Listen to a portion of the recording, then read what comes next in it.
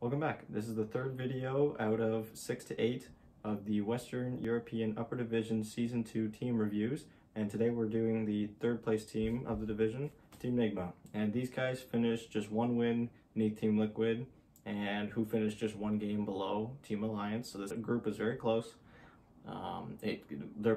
The placements between these three teams came down to literally just their game threes. They all played game threes against each other. So whoever won those got first place, and Alliance won 2 of them, Liquid won 1 of them. Nigma didn't win any. They didn't win any game threes against those top 2 teams. And we'll get more into that because they did kind of struggle with that historically across these past 6 weeks. Jumping into their individual matches, they started off their first week playing against Team Secret. And of course, after last season's performance by Team Secret, as well as doing very well in the major, I believe they came 4th place. This was kind of a shock. You know, Team Nigma had their new carry, ILTW, come into the team, and they just 2-0'd Team Secret. And I think this is kind of what sent Team Secret into that really mediocre start. Maybe they just weren't taking it as seriously when they first started, but Team Nigma take a 2-0, which kind of shocked a lot of people. Made a lot of people go, hey, you know, maybe Weehaw was the problem. Of course, you can't really judge all that much off of 2 games because next up, they dropped their next 2 series. Now, obviously, the next 2 teams that they play, Team Liquid and Team Alliance, these were the top 2 teams of the division, but at the time, we didn't know. This was very close, and they dropped both of those series the same way, where they lose game 1, win game 2, lose game 3. Already right there, they are 1-2 series-wise, and you can already start feeling people saying, you know, maybe Weehaw wasn't the problem, because that's a pretty mediocre start to a season. No one knew that Alliance was going to be doing so well. Already they're down to 1-2 with their new carry. So it was very like bipolar, how people felt about the roster change. But then things start to look better against Brain. They dropped game 1, which is a little frightening because everyone's like, oh my god, are they really going to start dropping to the bottom of the standings? Nope, they close out that series by winning the next 2 games, looking very solid.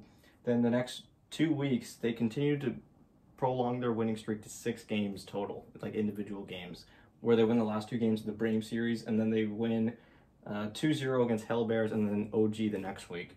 And then going into their final week, playing against Tundra, they dropped this series. Looking now at some team stats, we're going to go into the side and pick win rate. So Team Nigma, despite being towards the top of the division, was kind of the opposite from what we were seeing from the 2 most winning teams in this division, which was Team Liquid and Alliance, where they were having a lot of success on first pick, and most notably Dire. It didn't seem to matter what pick they had most of the time. As long as they were on Dire, they were winning games.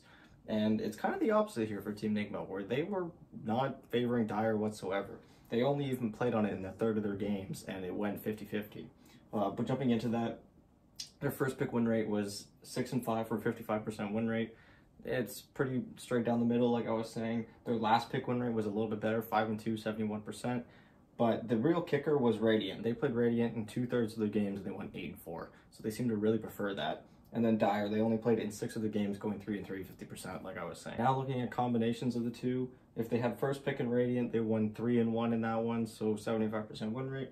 Last pick for Radiant, 5-3, 63. So again, these 2 win rates right here were the only ones that were above 50%, and they were both Radiant. Didn't seem to matter what pick order they had, as long as they had Radiant, they were happy, which is kind of not what we've been seeing, like I was saying. The other teams, the trendsetters, as you may, were really favoring Dire, and it was kind of like, I was kind of saying, you know, maybe this was just a European thing, maybe this is just the new meta globally. But after looking at Team Nigma, it seems that it might just be an individual team thing.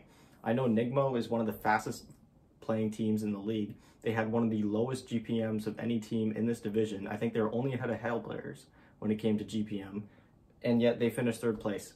So their style of Dota just might be too quick to take advantage of the advantages that Dire has, which is having a way better time farming in the jungle and stacking triangle, whereas Radiant, you can play much quicker by playing in the top half of the map, having Roshan already there for you, and just taking over the map as quickly as possible.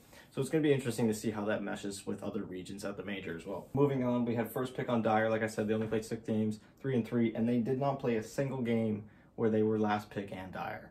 So they were not going for last pick, and they were definitely not going for Dire when they had priority to pick. So they go 0-0. And then moving on to game 1s. This was another thing that I found really weird, where they were really shaky on game 1 and 3. Like, it was really hard to tell where they were going to go. And yet game 2s, they didn't drop a single game 2. They won every single game 2 through the entire season. Game 1s, they go 3-4, 43% win rate. So right off the bat, you're thinking, well, if you're losing most of your game 1s and you're not winning very many game 3s, your season's probably not looking too good. But no, as a matter of fact, every single time they won a game 1, they would complete the series right there. They would win game 1 and then they'd win game 2 when the series was over. However, if they did lose that game 1, it would every single time go to a game 3 in which they only had a 25% win rate. They only won 1 of their game 3s, and that was against Brame. And so again, looking kind of shaky, looking like if they didn't have the momentum and hit the ground running off the start of the series, that it wasn't really going to carry over for the rest of the series. So that's probably the red flag I'm more looking at when it came to Team Nigma. Again, there's nothing blatantly obvious in their win rates when pick order or side that would be a red flag, other than they just gotta win game 1. It seems like if they win game 1, they can guarantee they're gonna win game 2, and that's gonna set them up for success. But if they're playing with the odds here where they're gonna lose game 1 and send the series to 3, that's where they're a little bit more shaky. So I think that's definitely something to watch out for. All right, moving on to heroes. Team Nigma played a total of 43 heroes, different heroes. And so you can kind of see that like a lot of the teams were hovering between 40 and 50 heroes played throughout the season. And of course, Alliance had played 20 games, Nigma played 18. It's pretty close, so a lot of them are going to average out. And when you have a meta that's as strict as this one, where you have a very small pool of offlaners and a very small pool of position 5s that seem to be working really reliably, this is about the number you're going to end up with. So looking at their most played heroes, they had Dark Willow, which was 5-1, which was played every single time by GH. 4-1 Warlock, like I said, that was Kuro's main. Halfway through the season, he had picked up playing Warlock. Those were all played by him. Next up, we had Elder Titan, which went 3-0 when it was played by Kuroki. And it was played once by Mind Control in the offlane. They lost that one. Jumping forward to Juggernaut, that was played obviously all 4 times by ILTW, and he went 3-1 on that. GH's Tusk went 3-2, and Mind Control Centaur Warrunner going 2-2. Now looking at their best heroes, again, because these guys were at the top of the league, a lot of their most played heroes are their best heroes. For example, GH's Dark Willow and Kuroki's Elder Titan and Warlock. And then their worst heroes were heroes that they had only played twice, it seemed. So they had gone 0-2 on Pugna, that was played once by Kuro, and then once by Miracle Mid. And then they had gone 0-2 on Storm Spirit, again, both played by Miracle. And then they had gone 1-2 on Phoenix, played twice by Kuroki and once by GH. Looking at their most banned, they had banned a total of 53 different heroes. This is by Nigma. They had banned 53 heroes. And the most of which was Wraith King, which is kind of weird. You didn't see a whole lot of teams really favoring Wraith King unless it was a Wraith King game. You know, a team that has a lineup with a bunch of long cooldowns, and so you don't really want to blow down on a Wraith King, so a team will usually pick that up, soak all that damage. But it seemed like that's just the hero that they seem to prioritize. They banned it 8 out of 18 games. And then Faceless Void, another one, 7 games out of 18. And then Invoker and Lena both banned 5 times out of 18 games. Now looking at their most banned against, they had their IO banned against them 15 times. They had played IO twice in the first 2 series and had it banned against them 15 times. It was contested in 17 of their 18 games. The only game in which IO was not touched in the entire draft was the very first game of the season against Team Secret, where they won that one. And I believe he played Tusk. That's when Nigma was first picking Tusk Puck over and over and over again. Their next up on the most banned against, Ember Spirit, banned 6 times. And it's notable that Ember Spirit, whenever it was picked by Nigma, was only ever played in the safe lane by ILTW. It was not played by a single time. They usually like to run it with a Medusa, just so that you have this fast-running Ember Spirit who's able to make space for this Medusa, and then you get like this greedy mid Medusa who's able to just shove lane and not get pressured. So it seemed to work really well for them. And then the last one was Puck. Of course, Miracle was just spamming this hero at the start of the tournament. A lot of teams were kind of losing favor of it, and after he played it like 4 or 5 times near the start of this season, once the team started banning it against him, he never picked it again. They had banned it about 5 times near the middle of the season. He didn't pick it anymore after that. Now looking at individual players, of course, the new guy that everyone was kind of looking for and seeing how he would fit into this team, ILTW. And in my opinion, he played very well. For someone who's just started with the team, he secured them a spot at the major, and he just overall had a really good season. He played a lot of different heroes too. Usually I was saying in the last video for Liquid when Sumail came in, usually for a stand-in, you just want to have them play a few heroes, maybe mold your draft around just a few heroes that they could play really comfortably as they try and get used to the team environment. ILTW played 10 different heroes. And of those heroes, he played Juggernaut 4 times, went 3-1 on that. Troll Warlord 2-0, and he went 2-0 as well on the Ember Spirit. Like I was saying, he was the only one that played Ember Spirit on the team when it was picked. His average net worth was 23.4k, highest of the team. That's relative to how last week I was saying, Team Liquid, their mid player, Sumail, when he came in, he was having the highest net worth of the team every time. So it's notable to point out that for Team Nigma, their highest net worth player was always their hard carry, was always ILTW, unless on rare occasion, Mind Control played Nature's Prophet, in which games he would have like 30k net worth at 40 minutes. It was ridiculous. Best Nature's Prophet player in the world, in my opinion, on position 3. Next up, we have Miracle, who played 8 heroes in 16 games. I note that because he did have that one series against Hellbears where he sat out, and RMN filled in for him, which is why I got him all the way down here. So in 16 games, he played 8 different heroes, of which he played Medusa twice, went 2-0. He played Puck 3 times, went 2-1. And then played Tiny 3 times as well, went 2-1. Average net worth 17.9k, average GPM 507, 572, and average KDA 4.18. Moving forward with Mind Control, he played a total of 11 different heroes. He played every single game for them. He played Timbersaw and went 2-0. He played Darkseer 3 times, went 2-1. And then his Centaur, like I said earlier, went 2-2. He played a lot of different heroes. So as you can see, his most notable heroes don't have very many games on him in comparison to some other players on the team. His average net worth was 15.5k. Average GPM, XPM was 425.09, and average KDA 4.23.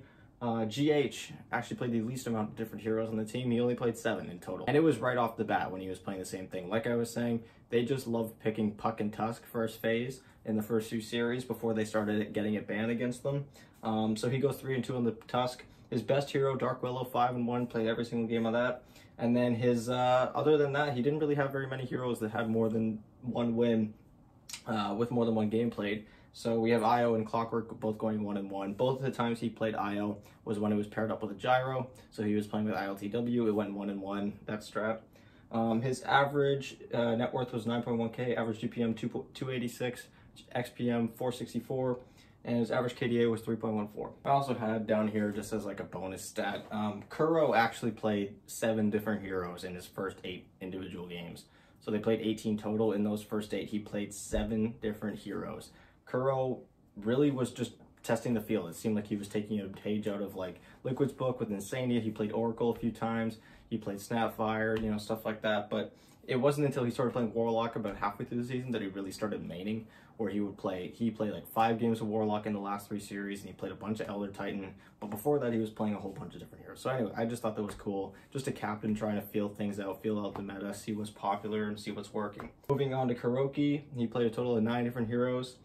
He went Warlock 4-1, Elder Titan 3-0, and Abaddon 1-0.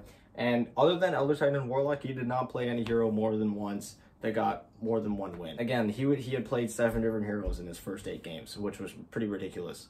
So it seemed like as soon as he found his stride with Warlock and Elder Titan, he just really stuck with it.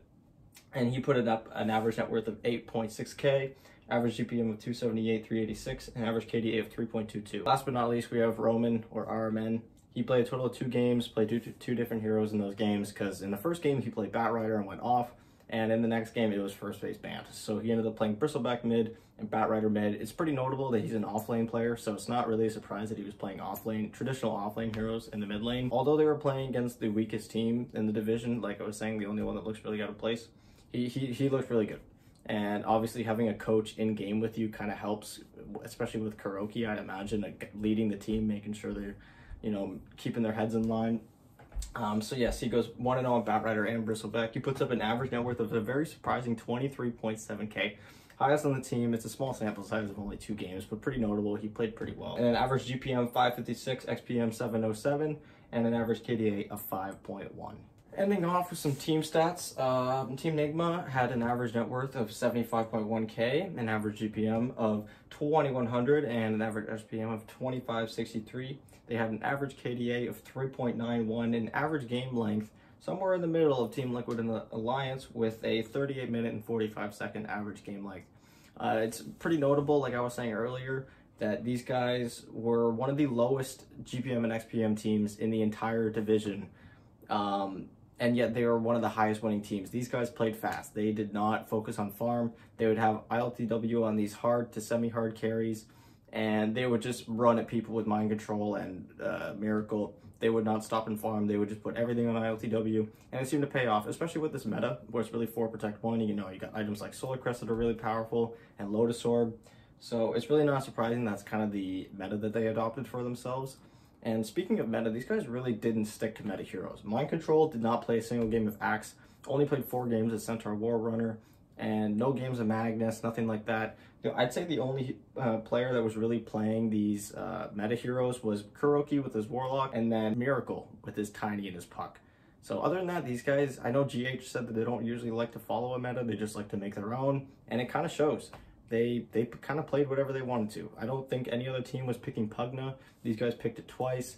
It didn't do so well, but, you know, other teams wouldn't pick that hero this patch. So I thought that was pretty cool. Well, anyways, that's going to do it for me. I hope you guys enjoyed the video and enjoyed this review of Team Nigma's season and the Upper Division Western Europe DPC. And I love watching these guys play. I think their style of Dota has really improved over the years, especially that disappointing finish of the TI9 after they lost that grand finals. I should say disappointing just of more of how the grand finals went as opposed to the tournament as a whole. I really love them watching them play in the lower bracket because upper bracket's for bitches. But yeah, I am super looking forward to these guys play, and I'm also curious to see how they favor when it comes to which side they pick. Because we saw the two most winning teams playing Dire most of the time. These guys preferred Radiant. So it's going to be kind of cool to see how that meshes with other regions and in the region its own in Europe. Just see if they prefer that even at the major. So yeah, anyways, if you guys enjoyed, please be sure to leave a like and share the video. I'm going to be trying to get a 4th video of Team Secret, of course the last team to make the major from the Western Europe region. Reviewing their season, maybe seeing where things went wrong and where things turned around. Because again, they had a pretty mediocre start of the season. So I'll be looking into that and hopefully have that uploaded by tomorrow. So if you're not already, please subscribe so you don't miss that. And I will see you guys next time. Bye.